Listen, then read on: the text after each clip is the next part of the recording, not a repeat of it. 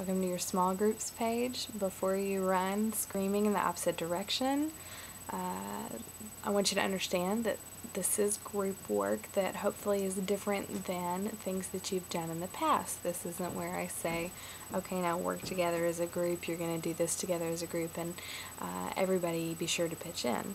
I know that in the past you've probably had freeloaders and moochers in the group that just ended up copying the work of one person who really did everything. That's not how this is going to work. In cooperative learning groups, each person in the group has a particular assigned role or task, and they are responsible for completing that task. Each person will be graded on whether or not they completed that task, how well they completed that task, and then the group will be graded overall on the finished product. This will take different forms depending on what you're working on, if it's a project, if it's a classwork assignment of some sort. All of this to say, there is not going to be any opportunity for one person doing all of the work and everybody getting credit for it. That's not how it works. If you will look over to your right, you'll see several documents that explain to you how this is going to work. We've got the organization of how the classroom will be laid out. I have a chart of my expectations for you and how I will grade you. I have also given you a list of the rules and consequences. If you don't obey those rules, then there are consequences that will affect your individual grade. It also might affect the group grade. There will be opportunity for bonus points. If everybody does what they're supposed to do in this assignment, in each group setting, then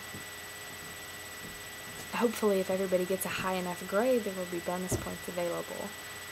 If you break any rules, however, and misbehave and I have to correct you, then you will lose your opportunity for bonus points.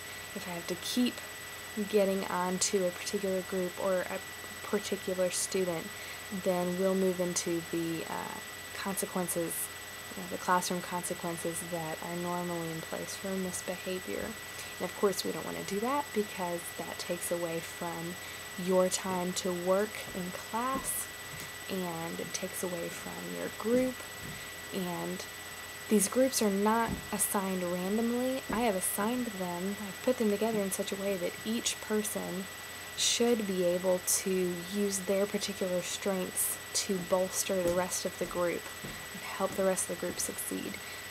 This is going to hopefully help us work toward our classroom philosophy, our class goal of becoming a community of learners, not just a group of students who are randomly in a classroom, but learners who work together and who grow together and who depend on each other for learning.